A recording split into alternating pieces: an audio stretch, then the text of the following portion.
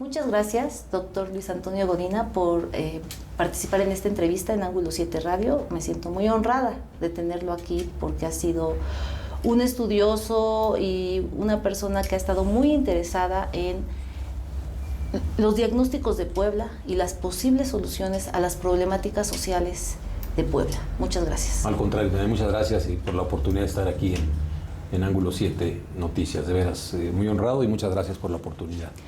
Doctor, primero, pues, ¿cuáles son los principales problemas? Sé que es una pregunta muy amplia, pero tenemos un poquito de tiempo. Los principales problemas en el estado de Puebla o del estado de Puebla que usted podría enumerar. Sí, principalmente de acuerdo a lo que se ha estado revisando y trabajando y estudiando y platicando con diferentes expertos, académicos, empresarios y con la gente en la calle, el principal problema que enfrenta Puebla es el tema de la seguridad. Sin duda, en las carreteras, en las casas, en las colonias, en los barrios hay que fortalecer el problema de la seguridad. Tenemos un gran problema, por ejemplo, en lo que le llaman la cifra negra, es decir, todos los delitos que no son denunciados, que es alrededor del 92%. Hay muchos juicios que no se han terminado, mucha gente que está en la cárcel que no debería estar en la cárcel y otros que deberían estar en la cárcel que no están en la cárcel. Entonces hay un problema de procuración de justicia y un problema de seguridad. Otro problema importante, sin duda, es el tema del agua. El tema hídrico, el estrés hídrico que vive Puebla es uno de los temas acuciantes que se tienen que enfrentar en los siguientes años y ya no hay vuelta de hoja, ya no se puede patear el bote para la siguiente administración, como se ha estado haciendo para los siguientes años. Se tienen que empezar a tomar decisiones ya, porque son proyectos de muy largo aliento. O sea, no es que se tomen decisiones durante un año y al siguiente año ya se soluciona el problema. No, en el tema del agua se tiene que ver una perspectiva de mediano y largo plazo necesariamente. Otro lado es la necesidad de un mayor crecimiento económico para enfrentar el tema de la pobreza. Puebla es el cuarto estado más pobre del país. Tan solo atrás de Chiapas, Guerrero y Oaxaca, Puebla es el estado más pobre del país. Tiene un problema de pobreza importante, de pobreza urbana importante. A unos cuantos metros, kilómetros de esta zona, hay zonas de Puebla que son tan pobres como las de la Sierra Negra, por ejemplo. Una pobreza urbana importante. Ese es un tercer problema, el tema de la pobreza. Y un cuarto tema importante es la necesidad de un mayor crecimiento económico del Estado. Es la composición de la economía poblana, es una composición muy típica en donde el sector servicios es el más grande, después el sector industrial, particularmente la manufactura, y un sector agropecuario más reducido que no está creciendo lo que debería de crecer. Fundamentalmente, digamos, a grandes rasgos serían esos los problemas. Aparte del problema de salud, tenemos un problema de salud importante en donde somos uno de los primeros lugares en muerte materno-infantil, en muerte de niños al nacer. Creo que en temas de salud también es importante tener políticas públicas muy concretas para enfrentar este problema. ¿Por qué los gobiernos pasaban gobiernos o han pasado gobiernos y no los han atendido, digamos, los van posponiendo? ¿Qué pasa ahí? Bueno, cada gobierno hace con los instrumentos que tiene, puede ir avanzando en un frente o en otro, pero digamos que en estos años se ha puesto mucha atención en los programas sociales. Han llegado a Puebla los programas sociales para adultos mayores, para madres solteras, para discapacitados, para personas con alguna discapacidad, para becas para estudiantes, el programa Sembrando Vida, han estado ahí, pero se necesita profundizar. Se necesita profundizar en este tipo para resolver ese tipo de problemas que no se han resuelto y que se han pospuesto de manera inexplicable en los últimos años. Hablando de los gobiernos estatales, pues por ejemplo el agua, el Atoyac, pasan gobiernos y no se atiende de manera integral. ¿Por qué ha pasado eso? Estamos hablando varios gobiernos estatales. ¿Cuál es su visión o por qué no lo han atendido? ¿Y qué nos hace pensar que este gobierno, usted asesora a Alejandro Armenta, al ex senador o senador con licencia, que sí, en esta ocasión sí se va a tomar cartas en el asunto? Por ejemplo, en el tema de estrés hídrico y de los que nos ha mencionado. Mire, allá por los años de principios de los 90 del siglo pasado, se hizo un gran diagnóstico sobre el sistema del agua en Puebla. Y se tenían que haber tomado decisiones después de las que se tomaron en esos años. Que se hizo una gran inversión en agua, una gran inversión en plantas de tratamiento de agua, en el reentubamiento del río San Francisco. Se hizo una obra que yo creo que fue la más importante de ese gobierno, que era el gobierno de Manuel Bartlett, que fue más importante que el periférico, que Angelópolis, fue la obra hídrica que se hizo. Y se perfiló eso para que durara 30 años. Ya pasaron. Y en ese ínterin no se tomaron las decisiones ni a nivel estatal ni a nivel federal para enfrentar el tema del río Atoyac y en consecuencia el tema de la presa de Valsequillo y toda la parte de irrigación hacia el valle de Tecamachalco. No se tomaron esas decisiones, falta de recursos federales, falta de voluntad de los gobiernos estatales, pero ha llegado ya el punto en que es impostergable hacerlo. Por eso en el programa de gobierno, en la plataforma de la doctora Claudia Sheinbaum, se encuentra la necesidad de un plan nacional hídrico en donde está contemplado de manera muy importante el saneamiento del río Atoyac y la consecuencia y el impacto que va a tener en la presa de Valsequillo. Creo que eso es importante, pero como lo ha señalado bien el candidato Alejandro Armenta, no podemos solamente pensar en el Atoyac, sino pensar el Puebla y el Estado como un sistema hídrico que necesita una atención integral y sistémica, valga la redundancia. Es decir, qué hacer con todo el tema del agua en la Sierra Norte, en la Mixteca, en donde hay un problema de sequía importante. Ahorita tenemos temperaturas de más de 40 grados en esa región. Entonces, es la necesidad de pensar de manera integral el tema del agua en Puebla, en donde uno de los componentes, sin duda muy importante, es el tema del Atoyac, pero no es el único. ¿Y qué decisiones se tenían que haber tomado en estos 30 años, como alguna que ayude al auditorio y que no se tomaron? Pues habían gobiernos, pasó pues de presidencia del 90 para acá, estamos hablando de Zedillo, bueno, Salinas, Zedillo, siguió Vicente Fox, siguió Calderón, Peña Nieto. Y de los gobernadores, pues estaríamos hablando de Melquiades, de Mario Marín, de Moreno Valle, de Gali y de Barbosa, básicamente, y Céspedes, que está terminando. En Puebla, a nivel Puebla, pero como son inversiones grandes, por eso mencioné los presidentes. ¿Alguna decisión que se tenía que haber tomado después de los 90 y no se tomó? Por ejemplo, profundizar las plantas de tratamiento. Okay. Se hicieron 4 plantas de tratamiento que tienen actualmente un nivel de tratamiento de agua todavía bastante primario. Se tenía que haber hecho una segunda, una tercera etapa para que fuera un tratamiento de agua mucho más profundo.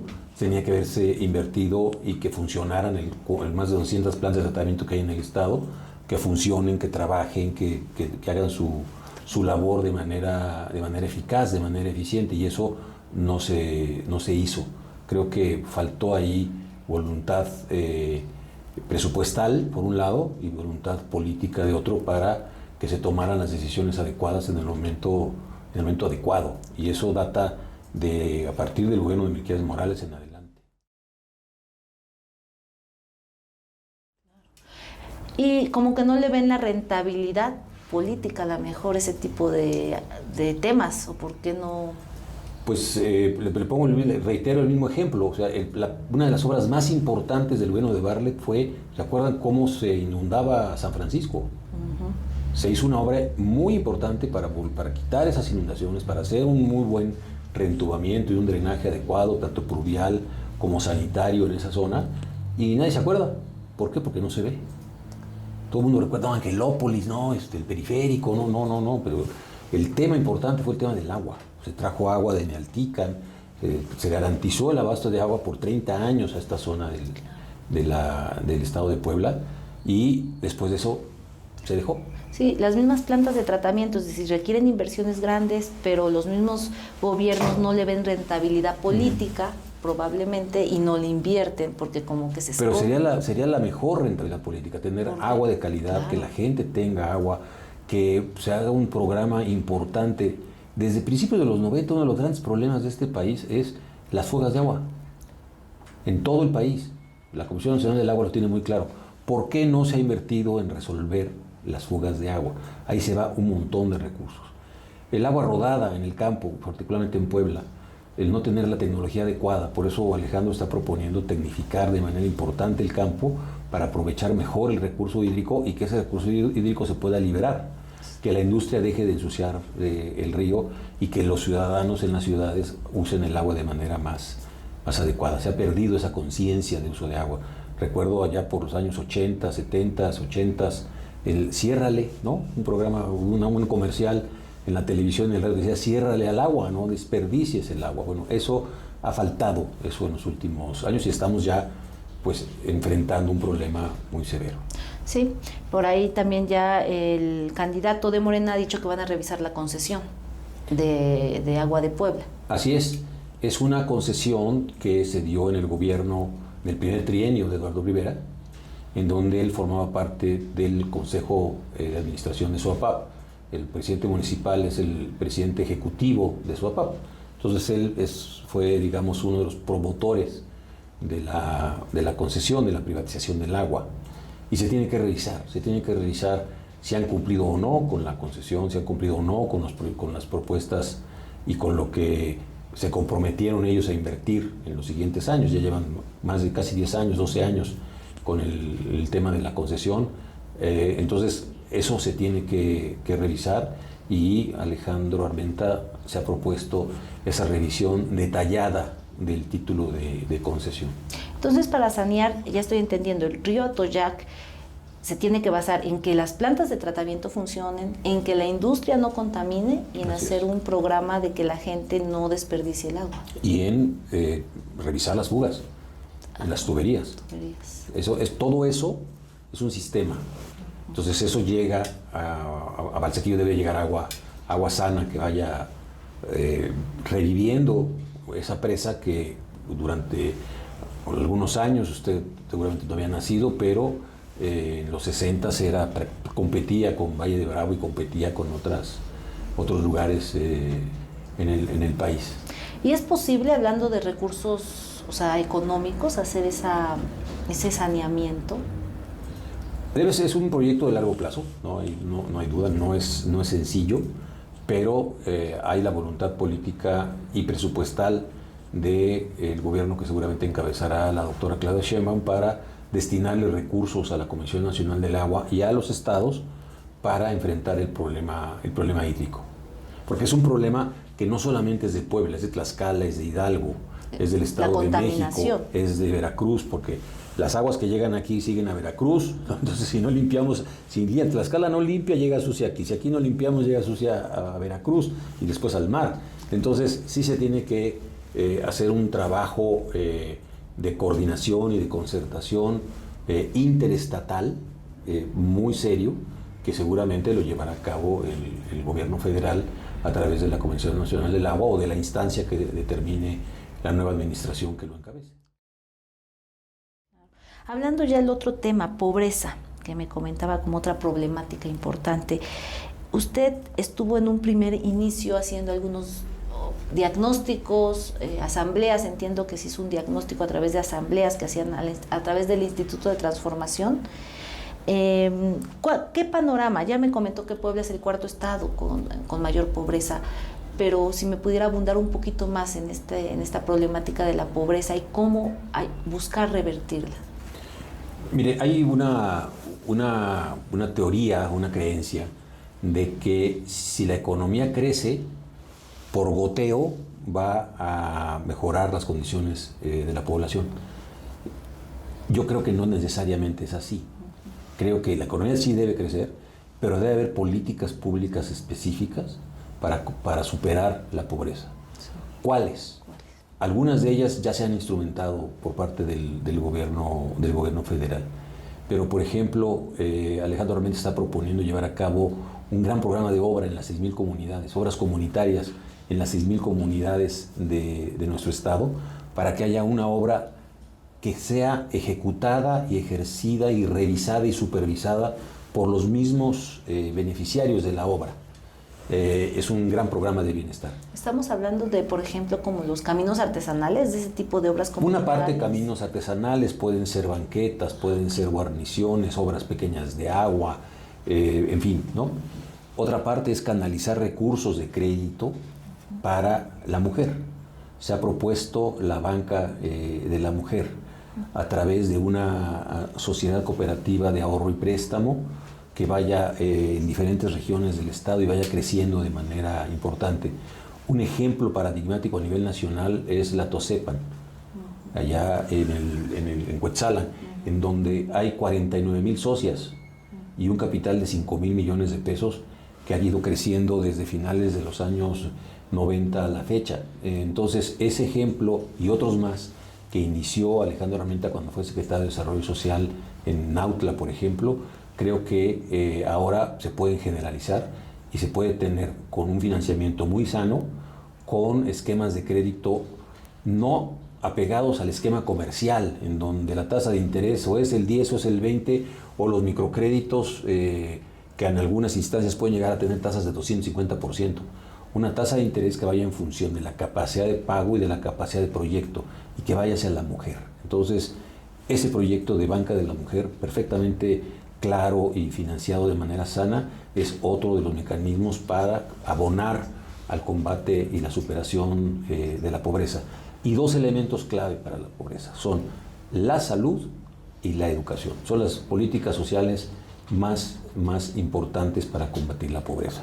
En materia de salud, la propuesta ha sido muy importante. Primero, cómo lograr que las mujeres puedan llegar a tiempo a tener a sus bebés a los hospitales, en hospitales adecuados, en un tiempo adecuado, para no sufrir lo que estamos viendo actualmente, que es la muerte materno-infantil.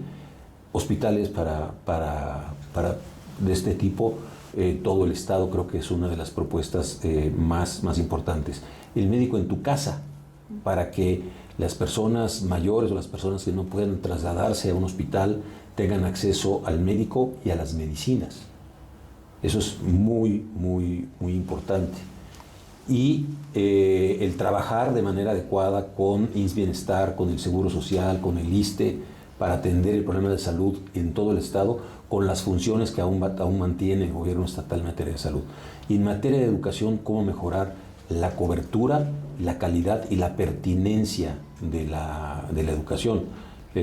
Los niños tienen que, las niñas, los niños tienen que ir a la escuela, tienen que aprender con base en lo que está en su entorno, ¿no? en su realidad, y tener oportunidades de crecimiento, de desarrollo con una educación pertinente, eficaz, y dándole la oportunidad a la nueva escuela mexicana de crecer, de desarrollar una educación con un sentido no solamente técnico, tecnocrático, sino un sentido también humanista. Y creo que en ese sentido, esta combinación de aspectos pueden hacer que una política pública contra la pobreza no sea solamente con base en un solo vértice, sino que sea poliédrica, que sea de manera integral el combate a la pobreza, que es lo que está promoviendo Alejandro Armenta.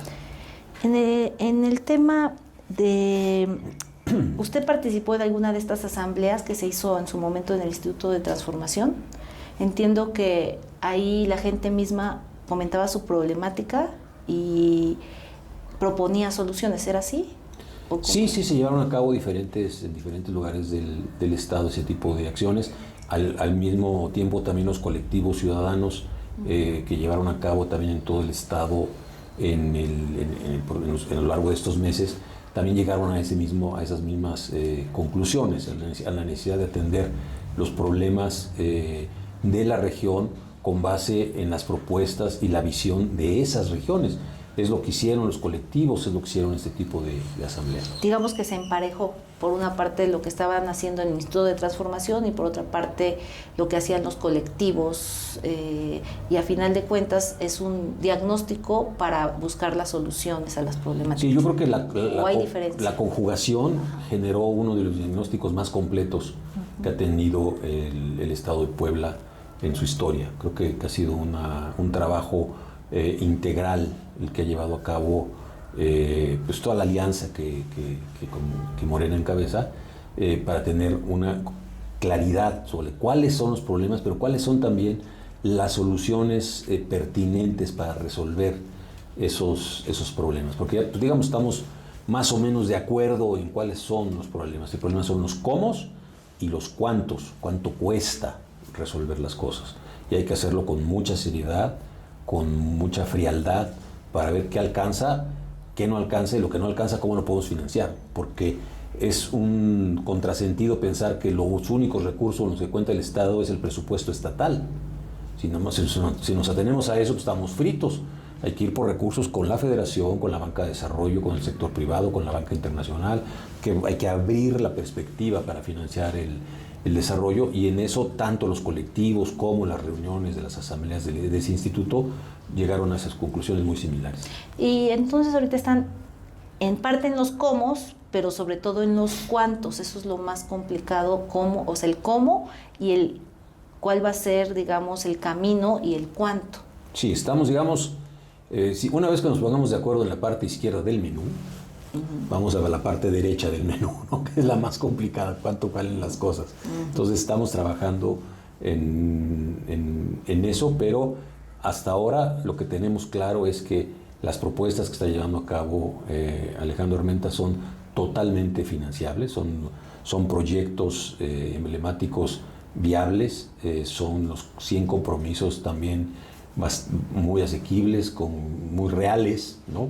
No todo implica recursos, muchas decisiones son de política pública y son decisiones de gobierno, es aplicar bien la norma, tener leyes más adecuadas, poner en orden el sistema de justicia en el Estado.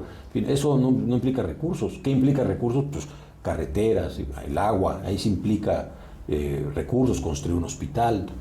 ¿Y de dónde los vamos a sacar? Ese es el tema, y es exactamente la llave que sí tiene Alejandro. Claro.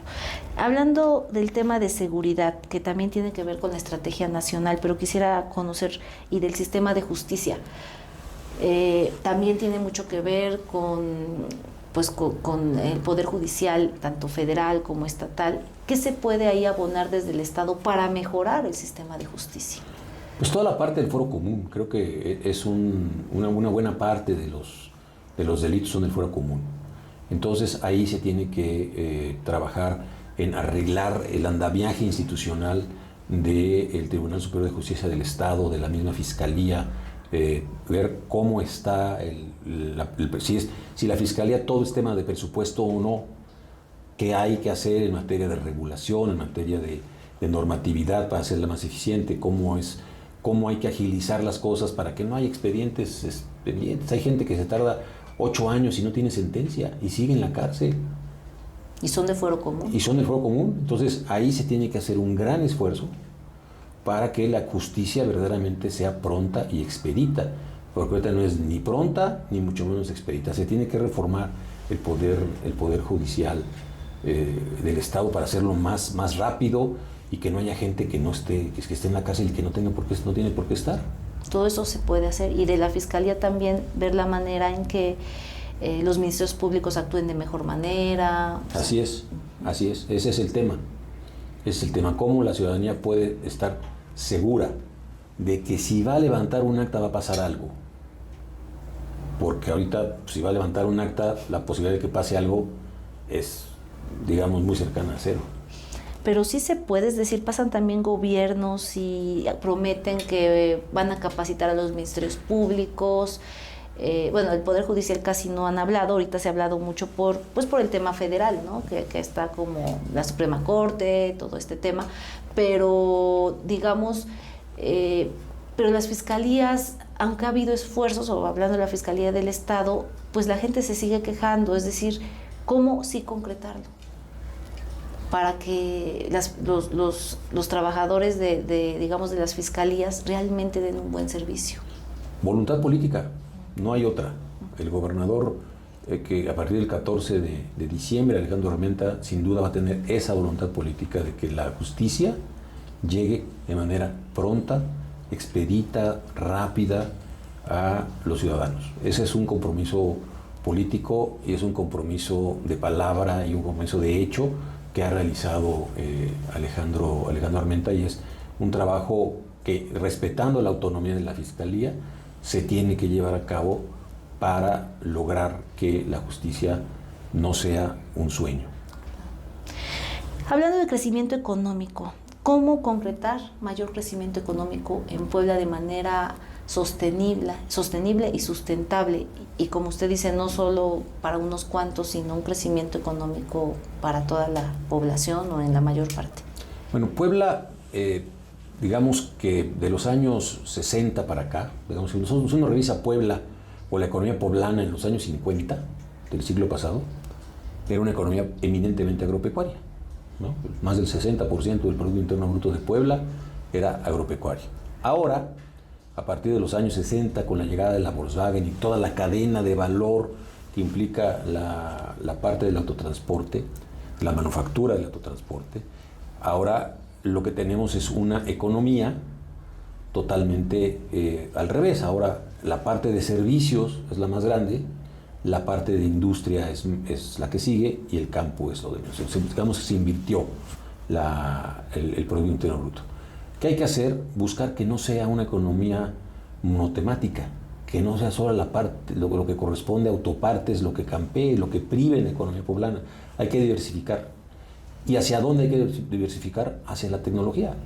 Por eso Alejandro Armenta está proponiendo un valle de la tecnología que impacte y aproveche el espacio que hay entre 100 municipios que se ubican entre el Citlaltépetl, el Malamalintzin, el Popocatépetl, el Iztapopo. Ahí hay 100 municipios en donde están las principales instituciones de educación superior del país que tienen representación en Puebla o que tienen trabajo en Puebla.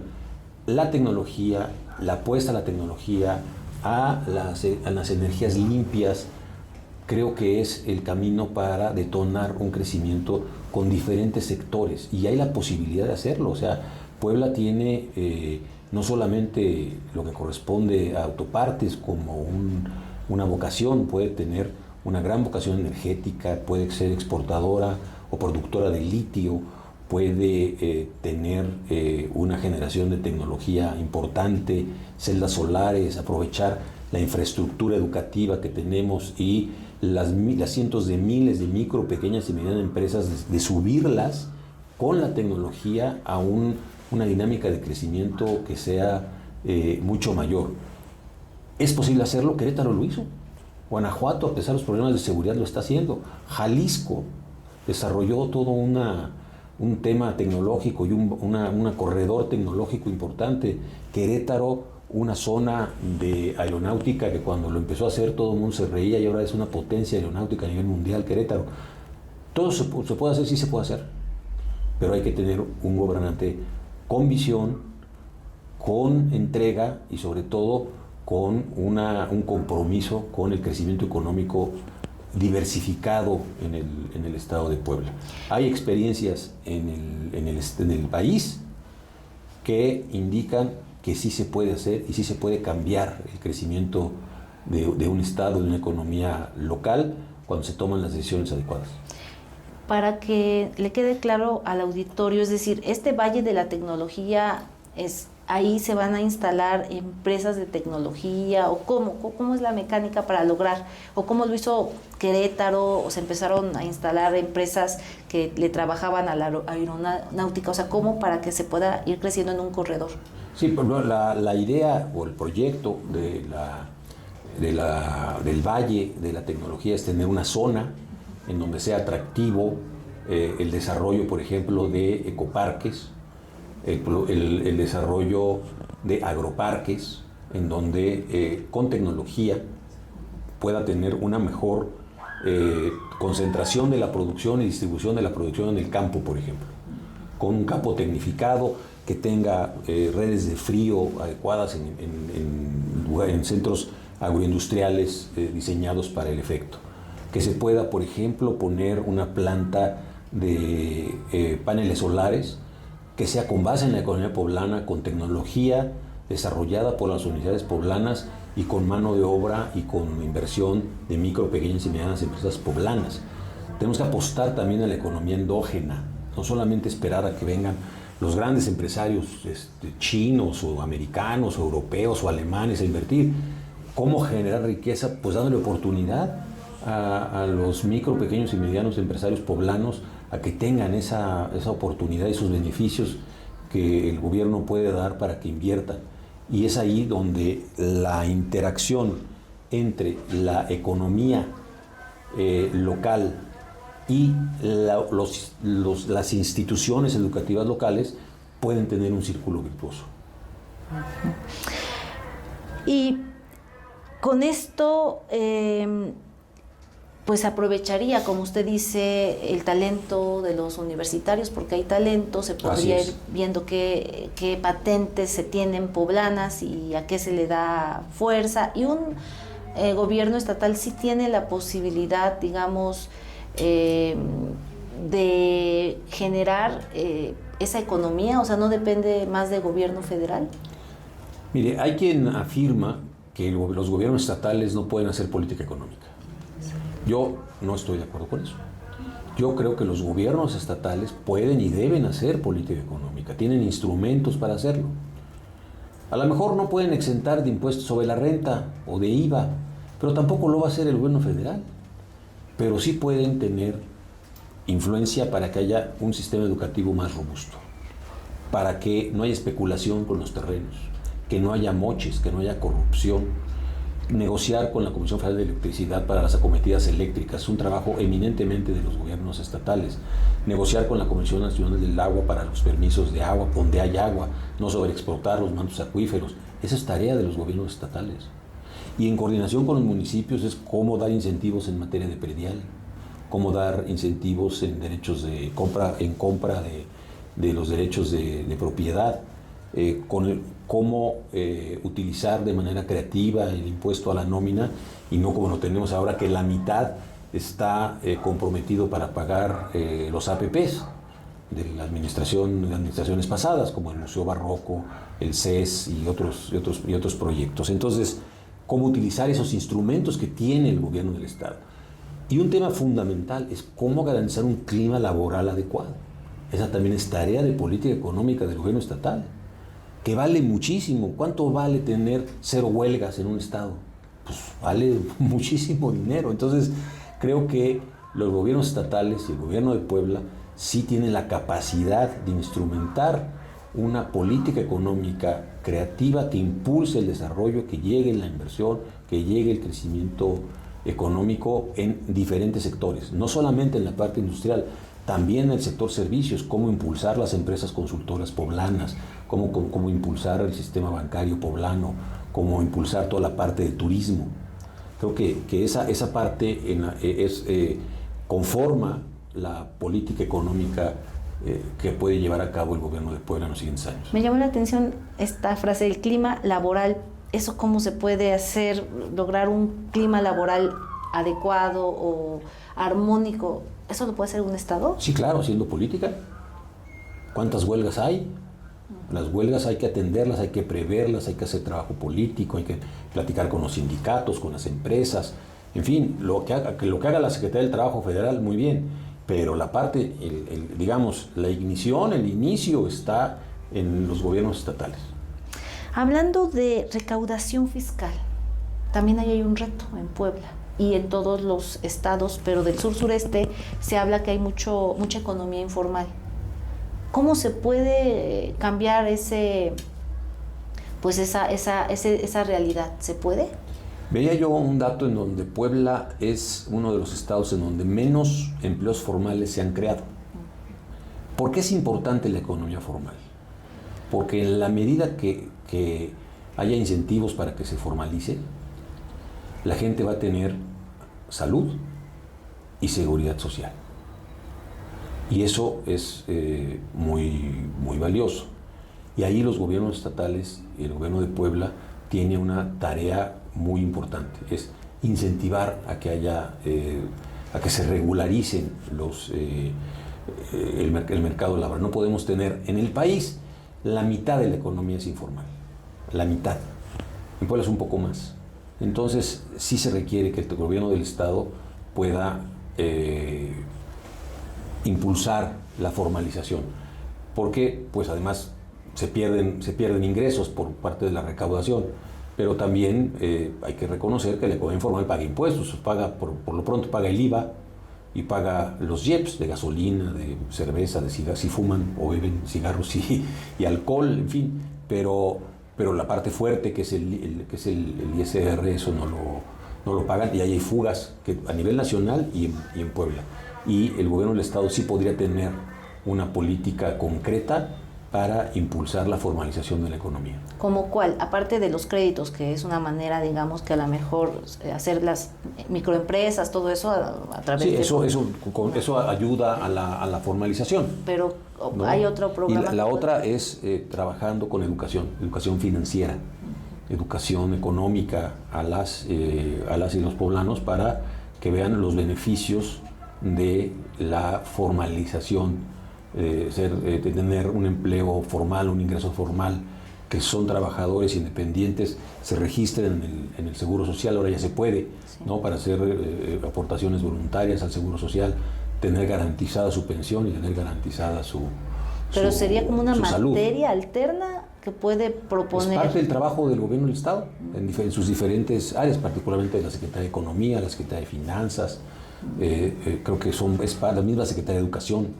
la Secretaría de Salud, para promover la formalización de la economía, dar incentivos, por ejemplo, a las nuevas empresas que se registren, por ejemplo, en el impuesto a la nómina, ¿no? Dar algún tipo de beneficio, te registras y no vas a pagar impuesto a la nómina por un tiempo, en fin, ¿no? Hay diferentes cosas que se pueden hacer. Claro, y cada secretaría tiene sus expertos y tendrán que ir viendo qué se puede hacer. Así es. Y ya finalmente, ¿por qué cree que Puebla ha creado más empleos, pero no tanto formales? ¿Porque son los del ambulantaje? ¿O porque leía...? Bueno, es parte de la economía informal, ¿no? Y digamos que se han creado en el país empleos formales, particularmente, curiosamente, en Quintana Roo, donde está toda la inversión. Sí. Hay más empleos formales ahí, en Baja California. Puebla no ha creado tantos empleos formales, sí se han creado empleos, pero no tantos formales como en otros estados. Es una tarea pendiente que tenemos para generar un segundo piso de la Cuarta Transformación, en donde uno de los componentes de ese nuevo piso es la formalización, claro, de la economía. Quisiera tocar dos temitas, ya casi llegamos a los 40 minutos, pero como mi programa es un poquito más largo, rellenos sanitarios, el tema de rellenos sanitarios, porque es un tema ahorita que hablamos, creo que de 40 rellenos sanitarios, no recuerdo, pero está el tema ahorita de Cholula, en Tetela generó un incendio, se han vuelto tiraderos, que tienen que quemar la basura. ¿Cómo lo está pensando Alejandro Armenta en caso de ganar? Tanto Alejandro Armenta como Claudia Sheinbaum han propuesto ya hacer un total cambio. El relleno sanitario es del siglo pasado. Hay que caminar hacia plantas tratadoras de basura, hacia industrializar tanto los desechos orgánicos como los inorgánicos. A este respecto, Alejandro Armenta está proponiendo y planteando que en todos los mercados del Estado se hagan plantas de compostaje que permitan generar materia para generar electricidad o para hacer abono en el campo, y todos los desechos inorgánicos convertirlos en plantas tratadoras de basura para reutilizarlos y venderlos. Ya lo hizo Claudia Sheinbaum en la Ciudad de México y está proponiendo hacer por lo menos 10 en todo el país, 10 plantas en todo el país. ¿Serán con inversión privada? O sea, con inversión privada y pública debe ser. Claro, sí. Además debe ser, es un trabajo muy rentable. Sí. Entonces, en Puebla debe ser uno de esos proyectos importantes en la zona metropolitana de Puebla y en las zonas metropolitanas de Puebla, en Tehuacán, en San Martín, en Teciutlán, en la zona de Huachinango, Chignahuapan. Creo que es ahí, creo que puede ser Zacatlán, puede ser grandes plantas de tratamiento de basura para superar el tema de los rellenos sanitarios, que ya el que tenemos aquí en Puebla pues ya debe estar en sus estertores, tiene casi más de 30 años.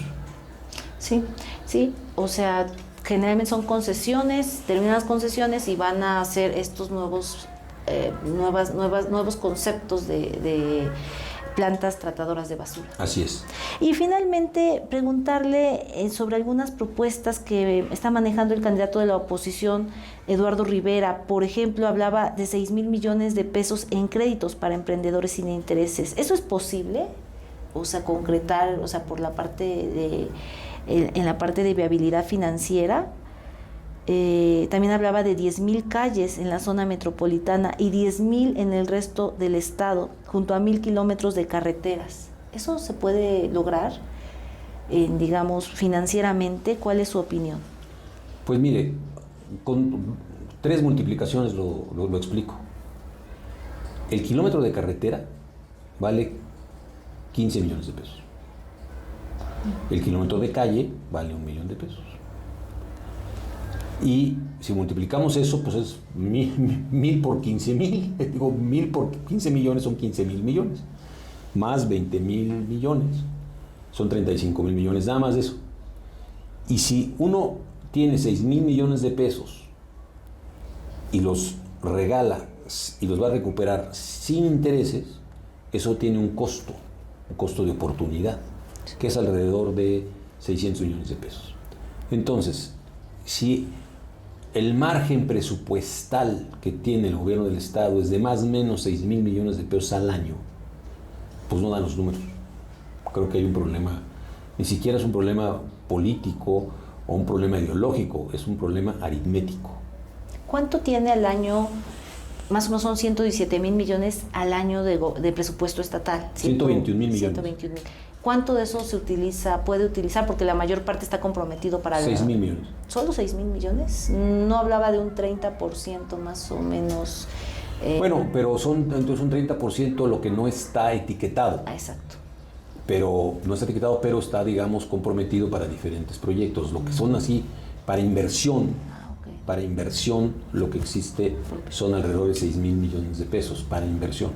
Lo que no está etiquetado sí es el 30% del presupuesto. Pero tomando en cuenta esos 6,000 millones, pues está totalmente fuera de... No, digamos que pues no alcanza para 1,000 kilómetros, 15,000 millones, pues no alcanza. Claro, más las calles en la zona metropolitana, las 10,000 más las 10,000 en la zona... O sea, una calle vale 1 millón de pesos de un kilómetro. 10,000 millones más otros. Una carretera de 1 kilómetro de carretera de 1,000 metros de largo por 20 metros de ancho vale 15 millones de pesos. Póngale que son ahorran mucho, es la mitad, pues tampoco. Sí. No. Pues muchísimas gracias. Quisiera concluir con algún mensaje final. Pues sí, yo creo que es muy importante que este 2 de junio las poblanas y los poblanos vayamos a las casillas, vayamos a las urnas, votemos con completa libertad. Hay 2 proyectos que están en la mesa, 2 proyectos muy visibles. Un proyecto que busca una mayor justicia, una mayor armonía, que es el proyecto que encabeza en Puebla Alejandro Armenta, a nivel nacional Claudia Sheinbaum, y otro proyecto que ve al pasado, que ve, digamos, que está compuesto por partidos que ya tuvieron su oportunidad y que pues dejaron a Puebla en el 4º lugar de pobreza, dejaron a Puebla con un crecimiento muy inferior, dejaron a Puebla con un sistema de salud deshecho. Entonces, esos son los proyectos que están en la lista, que están en la lucha, y lo definirá la ciudadanía el 2 de junio. Y muchas gracias por esta oportunidad, un gusto. No, muchísimas gracias a usted por el tiempo que le dedicó a Ángulo 7 Radio. Al contrario, gracias.